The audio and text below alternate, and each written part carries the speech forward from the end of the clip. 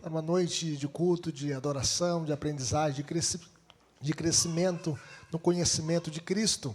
Eu convido os irmãos a abrir as suas Bíblias comigo em Mateus capítulo 17, e nós estaremos lendo os versículos de 1 a 13. Vamos ler esse texto. Convido os irmãos a se colocarem em pé e que a cada dia o Senhor esteja falando conosco.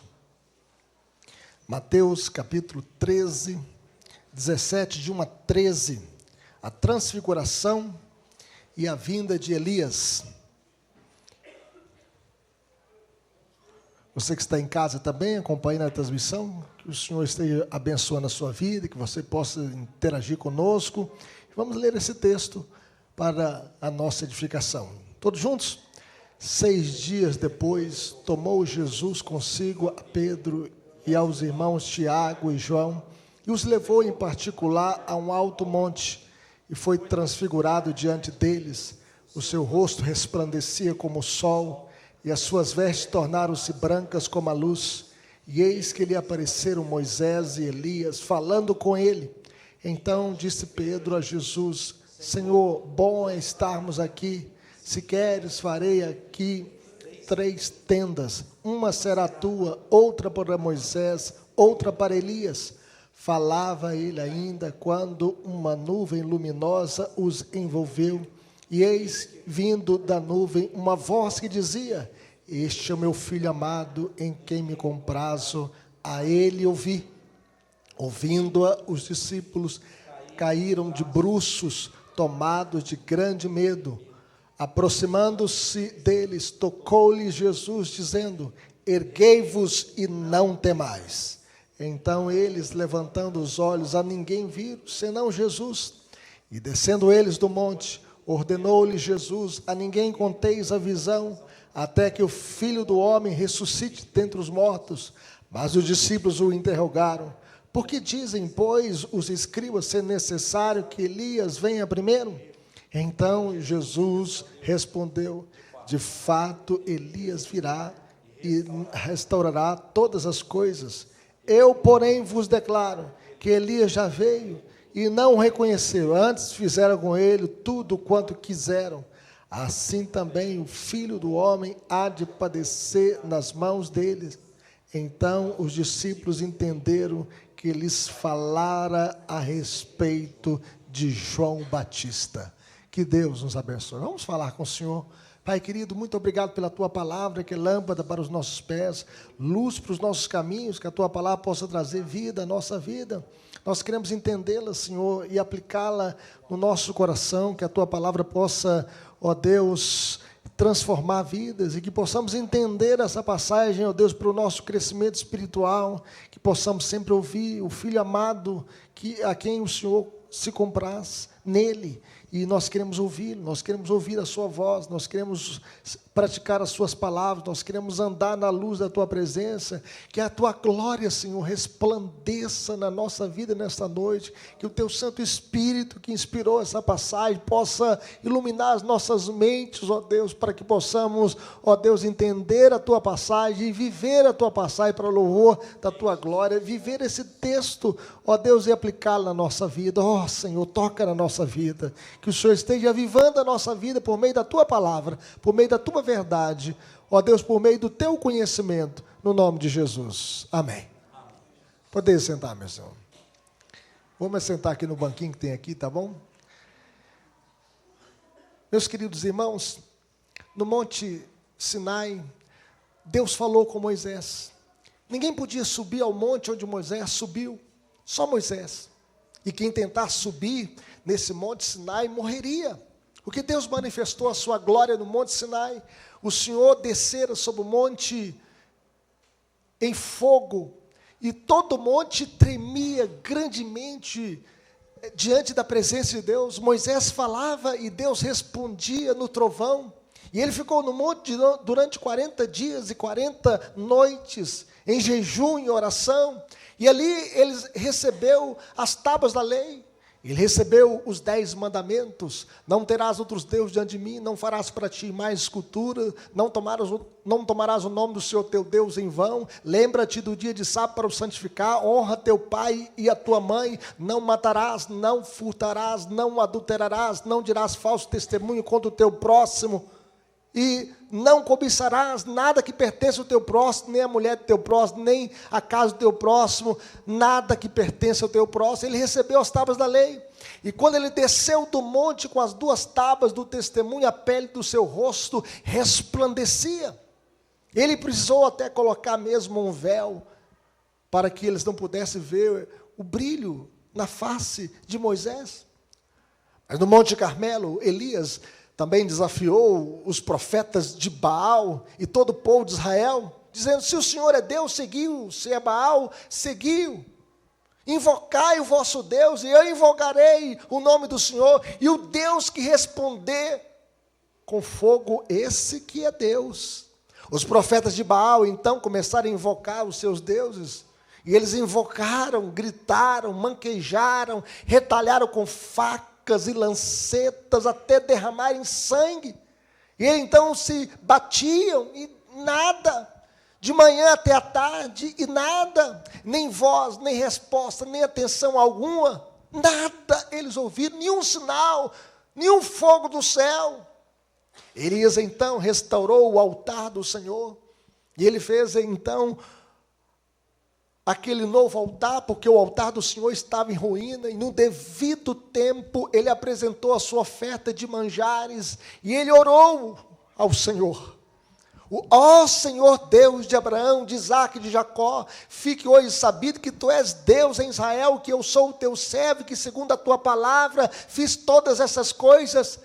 Senhor, responde-me, Senhor, para que este povo saiba que tu, Senhor, és Deus, e que a ti fizeste retroceder o coração deles. E a Bíblia diz que então caiu fogo do Senhor, consumiu o holocausto, a lenha, as pedras, e lambeu até a água que estava no rego. Porque quando Elias estava preparando o altar do Senhor, ele colocou ali a lenha, ele preparou um novo altar, e ele derramou sobre aquele sacrifício água, a ponto de encher o rego que ele havia feito em redor daquele altar. E quando o fogo caiu, queimou o holocausto e lambeu até a água que estava no rego. O que, vendo todo o povo, caiu com o rosto em terra, e esse povo então começou a clamar: o Senhor é Deus, o Senhor é Deus, o Senhor é Deus, o Senhor é Deus. E o povo então glorificava a Deus. E então Elias matou os profetas de Baal, porque eles eram idólatras, e eles morreram diante da face do Deus que responde com fogo. Jesus também subiu a um alto monte, e ele subiu nesse monte com 3 dos seus discípulos, Pedro, Tiago e João. Subiu ao monte que nós não sabemos qual monte. Alguns locais possíveis são o Monte Tabor, o Monte Hermon, o Monte Meron. Jesus subiu então com esses discípulos que faziam parte do seu ciclo mais íntimo. E nós podemos, do seu círculo mais íntimo, e nós podemos perceber que Jesus então subiu a este alto monte, e lá ele revelou a sua glória. E essa transfiguração de Jesus diante deles é uma antecipação da glória de Deus. Um cumprimento da promessa feita aos discípulos 6 dias antes. Querem ver? Capítulo 16, verso 28. Leia comigo aí. Você que está em casa também pode ler. Se você quiser colocar aí na tela para os irmãos lerem. Quem sabe aparecer também na transmissão. Vamos ler o verso 28, capítulo 16, verso 28. Em verdade vos digo que alguns há que aqui se encontram, que de maneira nenhuma passarão pela morte, até que vejam vir o Filho do Homem no seu reino. E esse monte então se transformou na antessala do céu. A glória de Deus se manifestou ali, através do Filho de Deus. Ali aconteceram fenômenos sobrenaturais. Diante dos olhos de Pedro, Tiago e João, Jesus se transfigurou. Em outras palavras, a aparência de Jesus foi transformada. O seu rosto brilhava como o sol. E as suas vestes tornaram-se brancas como a luz. E eis que lhe apareceram Moisés e Elias, falando com ele. Não foi uma sessão espírita. Não houve ali invocação de mortos. Não teve a comunicação de vivos com mortos. Não houve também intercessão dos mortos, considerados santos, como ensina o catolicismo romano. Ali teve a manifestação da glória de Deus. Jesus transfigurado. E Elias aparecendo ali. Elias que subiu para o céu sem morrer, porque ele foi trasladado. Ele subiu no redemoinho, quando apareceram ali carros de fogo e seus cavaleiros, e ele então subiu no redemoinho e foi trasladado para as mansões celestiais. E Moisés que foi sepultado num monte, que ninguém sabe onde ele foi enterrado, provavelmente para que o povo de Israel não pudesse adorá-lo, e fazer uma peregrinação para esse monte, para adorar ali Moisés. E Moisés então foi escondido, ele foi sepultado, e então ele se manifestou ali em espírito, porque Jesus é aquele que é dono das nossas almas, é aquele que é dono dos nossos corpos, e é aquele também que vai ressuscitar os mortos no último dia, quando ele vier para buscar a sua igreja.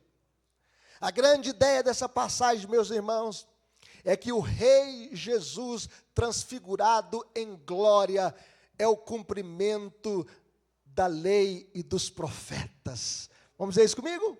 Jesus, o Rei transfigurado em glória, é o cumprimento da lei e dos profetas. E aqui nós aprendemos, meus irmãos, em primeiro lugar, que o Rei encarnado é o Rei da glória. Veja o verso 1 e 2, vamos ler comigo? 6 dias depois, tomou Jesus consigo Pedro e aos irmãos Tiago e João e os levou em particular ao alto monte, e foi transfigurado diante deles. O seu rosto resplandecia como o sol, e as suas vestes tornaram-se brancas como a luz. Aquele Jesus que nasceu de Maria, gerado pelo Espírito Santo, Jesus é o Rei da glória. Ele é o Filho do homem, mas também é o Filho de Deus. Ele é 100% Deus e 100% homem, é uma só pessoa para sempre. A transfiguração é uma antecipação da glória de Cristo.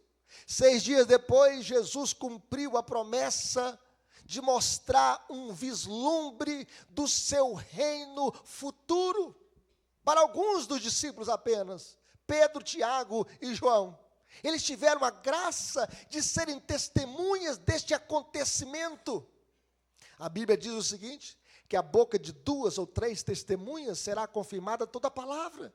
E Jesus então chamou esses 3 discípulos, que fazem parte do seu círculo íntimo, e então se manifestou de maneira gloriosa, mostrando que Ele é o Rei da glória, e eles viram o Cristo transfigurado, em glória diante deles.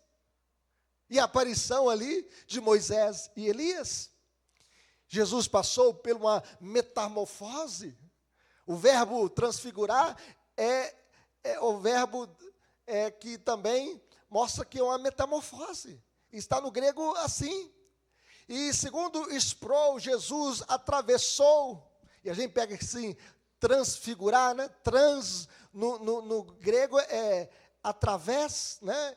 Esse prefixo, através. E aqui nós podemos ver que Jesus, então, atravessou a fronteira entre o natural e o sobrenatural, o humano e o divino, uma vez que o manto da humanidade que ocultava a sua verdadeira glória, esse manto foi removido, e a sua glória se tornou visível.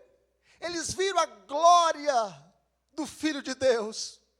Embora a essência interior de Jesus não tenha mudado, a sua aparência exterior foi transformada. Ele foi transfigurado diante dos olhos dos seus discípulos.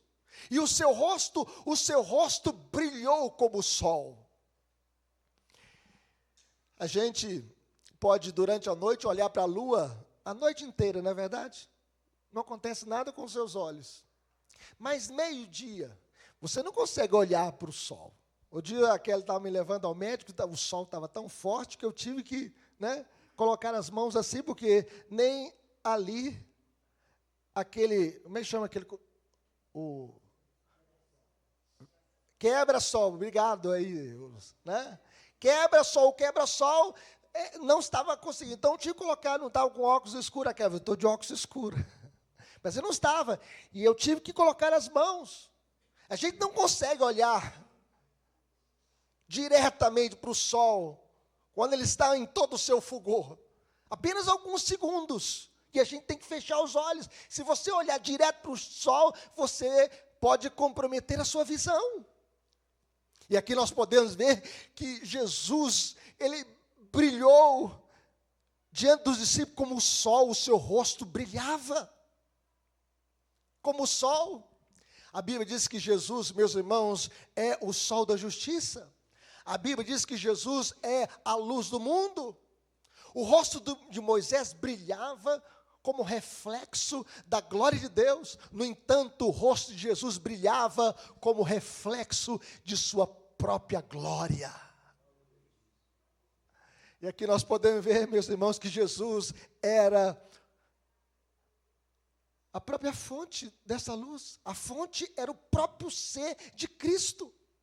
Por essa razão, Pedro chega a dizer na sua segunda carta, e ele então registra esse fato, esse acontecimento como testemunha ocular daquilo que ele viu neste monte. E você pode ler comigo, em 2 de Pedro 1, versos 16 e 18. Pode colocar aí também na tela, para que outros possam ler. Veja o que diz o texto.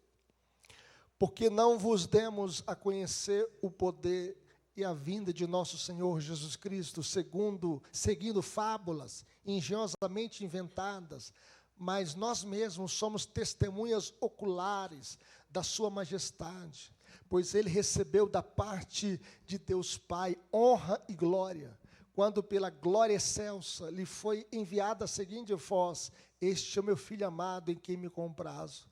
Ora, esta voz vinda do céu, nós a ouvimos quando estávamos com ele no Monte Santo. Veja bem que essa experiência que Pedro teve lá neste Monte Santo, neste Monte da Transfiguração, Pedro registra na sua segunda epístola, dizendo: nós vimos a glória do Rei da Glória. Nós vimos a manifestação do Rei da Glória diante dos nossos olhos, e nós somos testemunhas oculares. Nós vimos com os nossos próprios olhos. Nós contemplamos a majestade de Cristo. Pedro foi testemunha ocular desta majestade. João também estava ali. E João relata isso na sua epístola, mas também no Evangelho. No Evangelho de João, capítulo 1 até o verso 14, nós podemos ver que João começa dizendo: no princípio era o Verbo estava com Deus, e o Verbo era Deus. Todas as coisas foram feitas por intermédio dele, sem ele nada que foi feito se fez. E ele chega a dizer: e o Verbo se fez carne e habitou entre nós, cheio de graça e verdade, e vimos a sua glória, glória como do unigênito do Pai.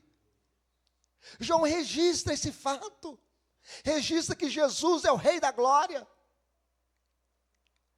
E o texto diz que as suas vestes tornaram-se brancas como a luz. O brilho do rosto, no rosto de Moisés, podia ser oculto por um véu. O véu colocado em sua face ocultava aquele brilho. No entanto, a glória do corpo de Cristo era tal que suas vestes se iluminavam por ela. O fulgor da glória que se manifestou no corpo de Jesus refletia também nas suas vestes. O Jesus encarnado, meus irmãos, é o Rei da glória. Ele é o Rei da glória. Ele é 100% Deus e 100% homem em uma só pessoa para sempre. Mas aqui nós aprendemos, em segundo lugar, que Jesus, o Rei da glória, é o cumprimento da lei e dos profetas. Veja o que diz o verso 3 até o versículo 4. Vamos ler comigo? E eis que lhe apareceram Moisés e Elias, falando com ele. Então disse Pedro a Jesus: Senhor, bom estarmos aqui. Se queres, farei aqui 3 tendas. Uma será tua, outra para Moisés, outra para Elias. E aqui nós podemos ver que Moisés representava a lei, Elias os profetas. E Jesus veio para cumprir tudo o que a lei de Moisés e os profetas diziam a seu respeito. Eles estavam falando com Jesus. Segundo Lucas, eles lhe falavam acerca de sua partida de Jerusalém, da sua morte, da sua crucificação. Moisés, meus irmãos, morrera e o seu corpo foi sepultado, mas Elias havia sido ressuscitado. Mas quando Jesus voltar, ressuscitará o corpo dos santos que morreram e arrebatará os santos que estão vivos. Um dia, ele vai estabelecer o seu reino glorioso e cumprirá todas as suas promessas feitas por meio dos profetas. Os mortos em Cristo ressuscitarão primeiro. Nós, os vivos, seremos transformados no abrir e fechar de olhos. Receberemos um corpo imortal, um corpo que nunca mais vai morrer, nunca mais vai pecar, nunca mais vai adoecer, nunca mais vai ter uma fratura no pé, nunca mais vai ter uma dor de dente, nunca mais vai ter uma dor de cabeça, nunca mais vai ter nenhuma moléstia nas nossas visões ou no nosso corpo, porque nós receberemos um corpo de glória para estarmos para sempre com o Senhor. E aqui nós podemos ver que Pedro ficou tão emocionado, mas tão emocionado, que ele não sabia o que dizer. E ele então disse: Senhor, bom estarmos aqui. Esse lugar é maravilhoso, a tua glória está aqui. E aqui, Senhor, nós faremos 3 tendas. Alguns pensam que estava perto da festa dos tabernáculos. E Pedro então pensou: vamos fazer 3 tendas aqui mesmo nesse monte, Senhor. E uma será tua, outra de Moisés e outra para Elias. E aqui Pedro cometeu 3 erros. Ele esqueceu das necessidades dos outros irmãos. É bom estarmos aqui, mas nós não podemos esquecer da necessidade da presença de Cristo entre o povo. Quando as coisas estão bem conosco, meus irmãos, nós somos capazes de sermos descuidados com os outros. Não podemos desejar egoisticamente permanecer no monte da glória, pois há necessidade a serem supridas no vale lá embaixo. Aquilo que nós recebemos aqui neste monte de oração, aqui nesta igreja, que nós estamos aqui no monte, né?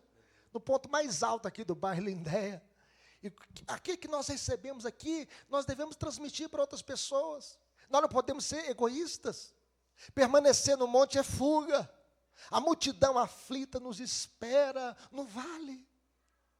No vale de ossos secos, existem muitas pessoas chorando, passando por problemas familiares, conjugais, com seus filhos, no trabalho, na sociedade. Gente que precisa da nossa ajuda. Mas o segundo erro aqui também de Pedro é que ele colocou Elias, Moisés e Jesus no mesmo nível, no mesmo patamar. Moisés e Elias são mensageiros de Deus, mas Jesus é o eterno Filho de Deus. Jesus é incomparável. Jesus é incomparável. Mas o terceiro erro aqui, que Pedro não sabia o que dizer, e uma vez que eles estavam aterrados, apavorados. E quando a gente não sabe o que dizer, meus irmãos, a melhor coisa a fazer é ficar calado. É ficar calado. Além do mais, o medo produz tormento. O texto diz que falava ele ainda quando uma nuvem luminosa os envolveu, e eis que vindo da nuvem uma voz que dizia: este é o meu filho amado em quem me comprazo, a ele ouvi. E o verbo ouvir aqui está no imperativo, ou seja, escutai-o, escute-o, ouça Cristo, ouça o Filho amado. E esta nuvem, meus irmãos, é a Shekinah de Deus, é a presença de Deus habitando no meio do seu povo. Quando a gente olha no Antigo Testamento, a gente pode ver a presença de Deus se manifestando numa nuvem. Essa nuvem foi adiante de Israel no deserto. O povo andando durante 40 anos no deserto. Havia uma nuvem de dia para estar sobre o povo, para tirar o calor do sol no deserto. Durante a noite tinha uma coluna de fogo. E esta nuvem era símbolo da presença de Deus. Esta nuvem indicou a presença de Deus no Monte Sinai. Moisés subiu no alto do monte. E Deus então se manifestou naquele monte, numa nuvem. O texto diz que tendo Moisés subido, uma nuvem cobriu o monte. E a glória do Senhor pousou sobre o Monte Sinai, e a nuvem o cobriu por 6 dias. Ao 7º dia, do meio da nuvem, chamou o Senhor a Moisés. Esta nuvem era símbolo da presença de Deus no Monte Sinai, ali com Moisés. E esta nuvem também encheu o tabernáculo. Moisés recebeu a revelação do Senhor para fazer o tabernáculo, que era um móvel, que era carregado pelos levitas, e que era símbolo da presença de Deus entre o povo. E quando este móvel, esse tabernáculo foi dedicado ao Senhor, Deus se manifestou neste tabernáculo numa nuvem. O texto diz em Êxodo 40, 34, o texto diz que então a nuvem cobriu a tenda da congregação e a glória do Senhor encheu o tabernáculo. Essa nuvem, meus irmãos, cobriu o topo do monte onde Jesus e os discípulos e os envolveu. E dela ouviu uma voz, saiu de dentro da nuvem uma voz, que é a voz do Pai. E o texto diz o seguinte, que este é o meu filho amado, a ele ouvi. E isso aponta para o cumprimento de Deuteronômio 18, 15. O Senhor teu Deus te suscitará um profeta no meio de ti, de teus irmãos, semelhante a mim, a ele ouvirás. Jesus, meus irmãos, é o profeta dos profetas. É a última palavra de Deus. É a palavra encarnada. É aquele que se fez gente. O Filho de Deus se encarnou e habitou entre nós. E aqui nós temos um novo Moisés, maior do que o anterior. Está aqui o Filho de Deus. O Filho de Deus encarnado, manifestando a sua glória neste monte, nesse santo monte, diante de Pedro, Tiago e João. Portanto, os seus seguidores precisam ouvir e obedecer às suas palavras. Não ouçam os mensageiros, os pastores, os sacerdotes, que não pregam somente a palavra de Deus. Só a Escritura. Nós não temos outra revelação. Nós não seguimos sonhos dos homens. Ouçamos a Jesus, permaneçamos nele, olhemos para ele. Ouça Cristo, ouça a sua palavra. Jesus chega a dizer o seguinte: as minhas ovelhas ouvem a minha voz e eu as conheço. As ovelhas de Jesus sabem discernir entre a voz do lobo e a voz do pastor. E o texto diz que, ouvindo, os discípulos caíram de bruços, tomados de grande medo. A glória que se manifestou neste monte foi tão estupenda, foi tão grandiosa, foi tão majestosa, foi tão sublime, que eles caíram com o rosto em terra, caíram de bruços, tomados de grande medo. Eles ficaram aterrorizados, eles ficaram temendo a grandeza desta revelação.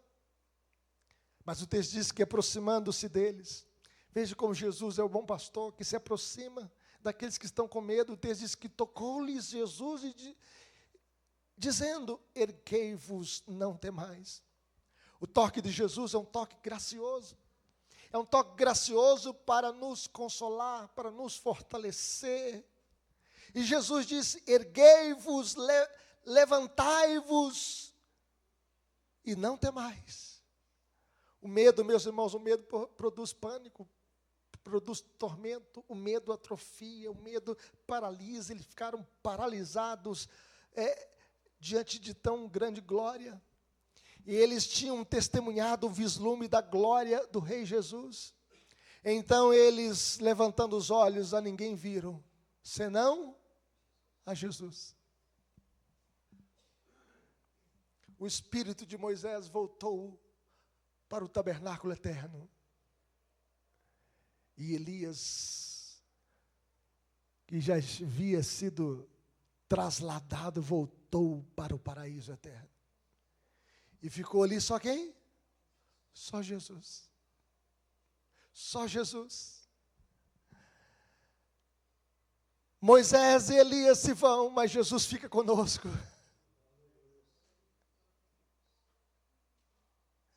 Jesus diz: eis que estou convosco todos os dias, até a consumação dos séculos.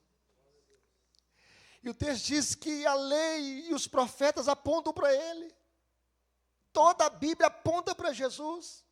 E o texto diz que, descendo eles do monte, ordenou-lhe Jesus: a ninguém conteis a visão, até que o Filho do Homem ressuscite dentre os mortos. A ordem do silêncio, meus irmãos, duraria até a ressurreição de Jesus. Porque Jesus ressuscitou dentre os mortos no terceiro dia. Eu fico pensando, que ele nos ouvisse: como é que é ressurreição? O que é isso? Ressurreição, mas ele está vivo? E eles não estavam entendendo que Jesus ia morrer e no terceiro dia ia ressuscitar. Mas após esse evento, eles poderão falar. E eles falaram, que eles registraram isso. Mas em terceiro lugar, meus irmãos, aqui aprendemos que Jesus, o Rei da Glória, é a resposta para as nossas dúvidas. Todos nós temos dúvidas como os discípulos tiveram. E o texto diz o seguinte, no verso 10, que então eles fizeram uma pergunta a Jesus: por que dizem, pois, os escribas ser necessário que Elias venha primeiro?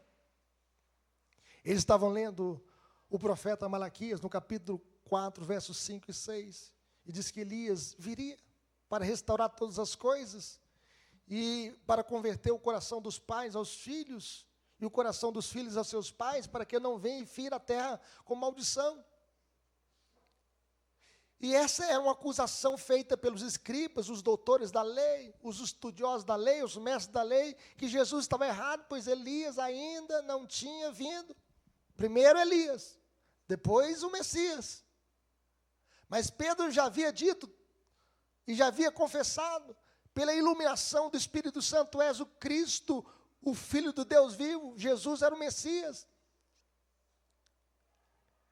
E Jesus respondeu então para os discípulos: de fato, Elias vem e restaurará tudo. Eu, porém, lhes digo, Elias já veio, mas não reconheceram, e preferiram maltratá-lo. Da mesma forma, também farão o Filho do Homem sofrer. Jesus concorda com os escribas que Elias certamente iniciaria a restauração final. Só que o erro deles estava na compreensão equivocada, tanto do modo quanto dos estágios necessários para que ocorresse a restauração. E Jesus aqui, ele corrige com duas declarações seguintes. Primeiro, é necessário que o Filho do Homem sofrer e ser tratado com desprezo. Em outras palavras, antes da restauração final, terá lugar a restauração espiritual, e essa se dará por meio da morte de Jesus. E Jesus já havia dito, era necessário seguir para Jerusalém, sofrer muitas coisas dos anciãos, dos principais sacerdotes, dos escribas, ser morto e ressuscitado no terceiro dia. E Elias apresentará o Messias sofredor e não o Messias conquistador, porque o Messias conquistador é na sua segunda vinda, é na sua volta, no dia final. João Batista, meus irmãos, veio no espírito de Elias para pregar contra o pecado de Israel. E por isso Jesus disse: Elias já veio, mas não reconheceram e preferiram maltratá-lo. João Batista não era a reencarnação de Elias. Alguns do movimento espírita, da seita do espiritismo de Allan Kardec, usam esse texto aqui para defender a reencarnação. A Bíblia não fala de reencarnação, a Bíblia fala de ressurreição. E João Batista aqui não era a reencarnação de Elias, mas aquele que ministrava no espírito e virtude de Elias, preparando o caminho para Cristo. Jesus ensinou que João Batista prefigurava o ministério de Elias. Do mesmo modo que Elias sofreu nas mãos de Acabe, um rei mau, e de Jezabel, uma mulher que era a encarnação do mal, uma mulher que introduziu o baalaísmo em Israel. João Batista também sofreu nas mãos de Herodes e Herodias. João Batista disse para Herodes: não te alis possuir a mulher do teu irmão, você está em adultério, você destruiu a família do seu irmão. E por causa disso, Herodes o prendeu. E Herodias tinha uma filha bonita que dançou ali numa festa do rei. E ele prometeu: olha, como você dançou muito bem, eu vou dar até metade do meu reino, pede o que queres. E a sua mãe então falou: pede a cabeça de João Batista. E então Herodes mandou que João Batista fosse executado na prisão. Mas João Batista perdeu a cabeça, mas não perdeu a consciência. Porque ele era um profeta de Deus. E o profeta de Deus, ele prega contra o pecado. O profeta de Deus, ele não passa a mão para alisar o pecado, domesticar o pecado. João Batista pregava o seguinte: arrependei-vos, porque está próximo o reino dos céus. João Batista pregou a restauração, meus irmãos, de todas as coisas por meio do arrependimento.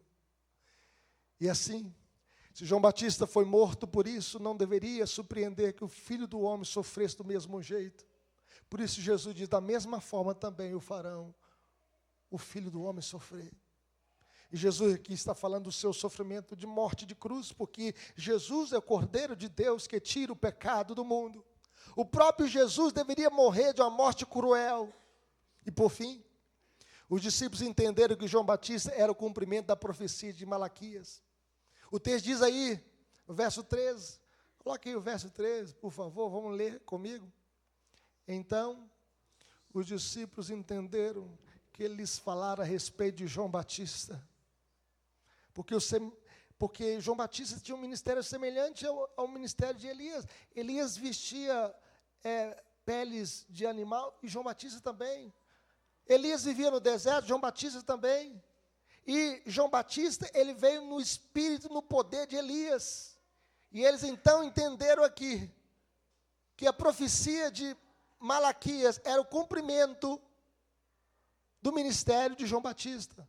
Eis que eu vos enviarei o profeta Elias, antes que venha um grande e terrível dia do Senhor. Ele converterá o coração dos pais aos filhos, o coração dos filhos aos seus pais, para que eu não venha e fira a terra com maldição. João Batista não era a mesma pessoa que Elias, mas alguém que possuía o mesmo espírito e virtude que Elias possuiu.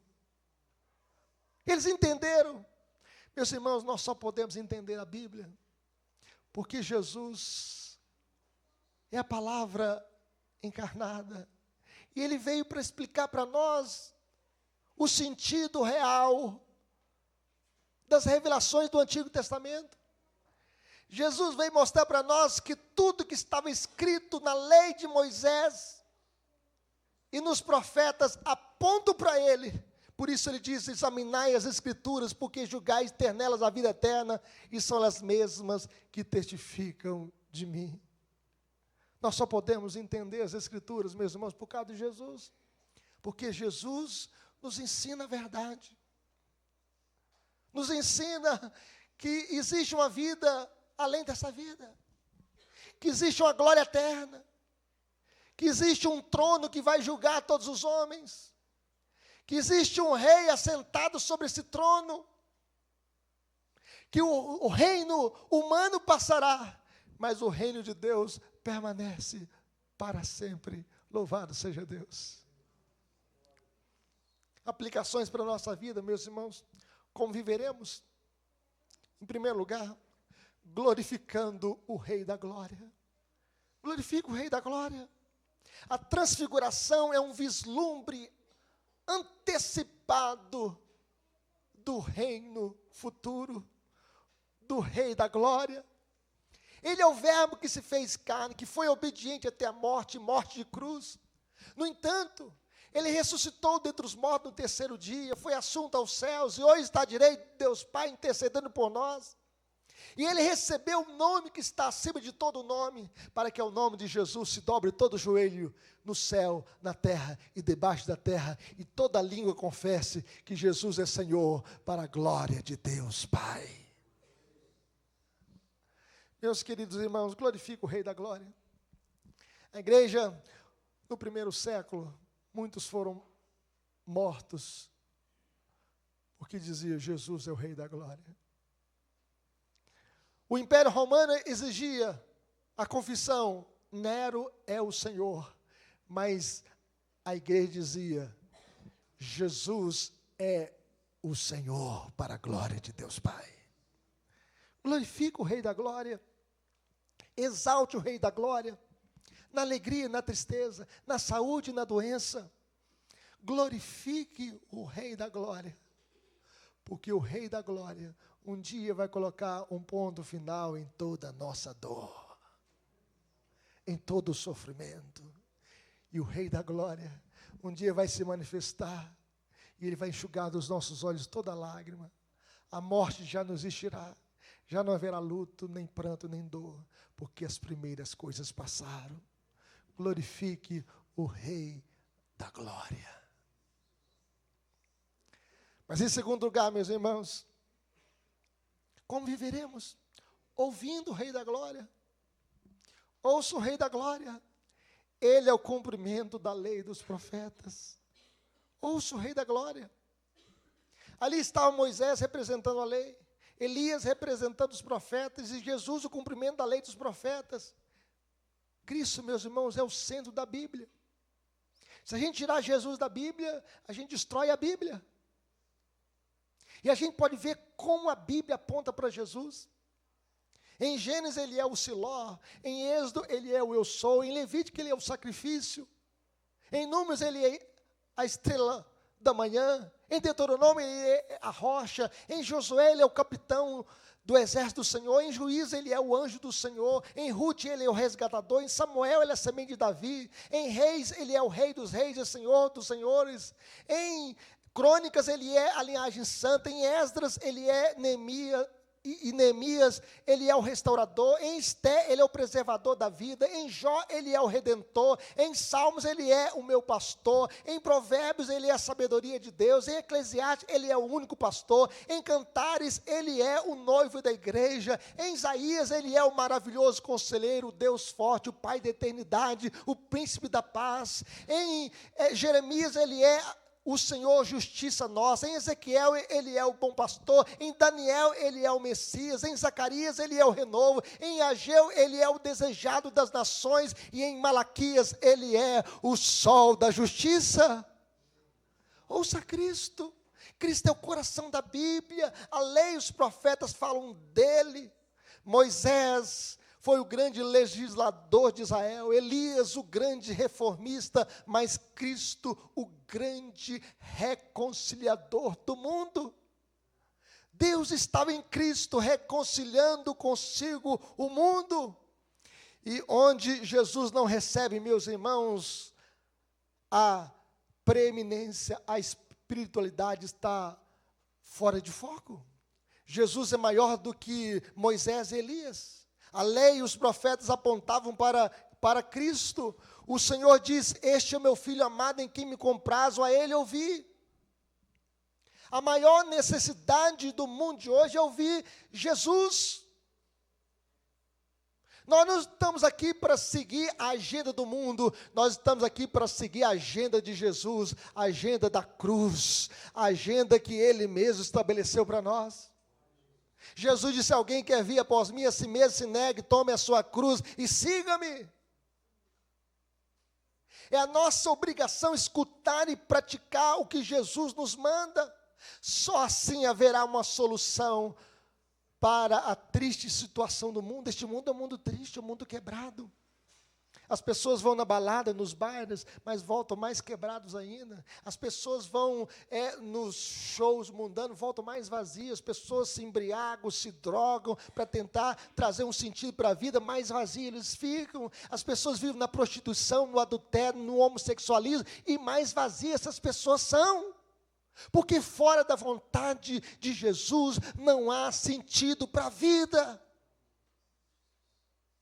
Por que a droga está sendo liberada? Porque este mundo é um mundo triste.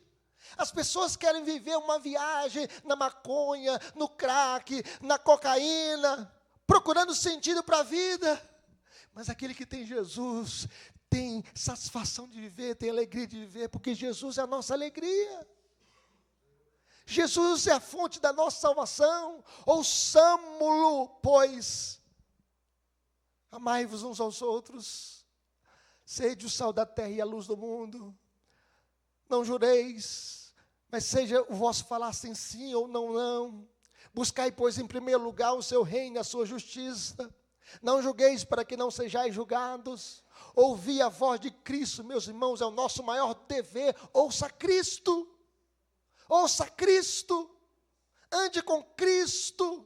Ouça o Rei da Glória. Agostinho, um dos pais da igreja, ele era um homem boêmio, e ele conheceu Jesus numa praça em Milão, e veio uma menina trazendo o Novo Testamento, e dizia assim: tome lege, tome lege. E ele leu o texto em Romanos 13, vai alta a noite, e vem chegando o dia, e ele chegou a ler esse texto que falou profundamente ao seu coração. E ele diz o seguinte: andemos dignamente como em pleno dia, não em orgias e bebedices, não em pudicices e dissoluções, não em contendas e ciúmes. E ele estava bêbado. E ele era um homem boêmio. E ele era um homem adúltero. Ele vivia nas baladas, nas noitadas. Mas ele ouvia essa palavra que falou o seu coração. Mesmo bêbado numa praça. E ele ouviu essas palavras: mais revestivos do Senhor Jesus Cristo, e nada disponhais para a carne no tocante às suas concupiscências. E ali nessa praça sua vida foi transformada. E ele se tornou um grande pregador do Evangelho. Ele comentou vários livros da Bíblia, por exemplo, o livro de Salmo. Ele comentou todo o Salmo. Ele escreveu várias cartas. E ele se tornou um grande apologeta, um defensor da fé cristã. E Agostinho, então, ele chegou a dizer: eu li Platão, eu li Cícero, palavras que são muito sábias e muito belas, pois nunca li em nenhum deles: vinde a mim, todos que estáis cansados e sobrecarregados, e eu vos aliviarei. Ele ouviu essas palavras de Cristo.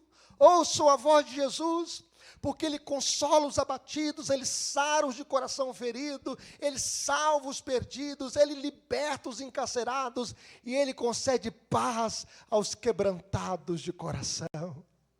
Só nele. Ouça Cristo, siga Cristo e ande com Jesus. Que Deus nos abençoe. Convido os irmãos a se colocarem em pé. Vamos falar.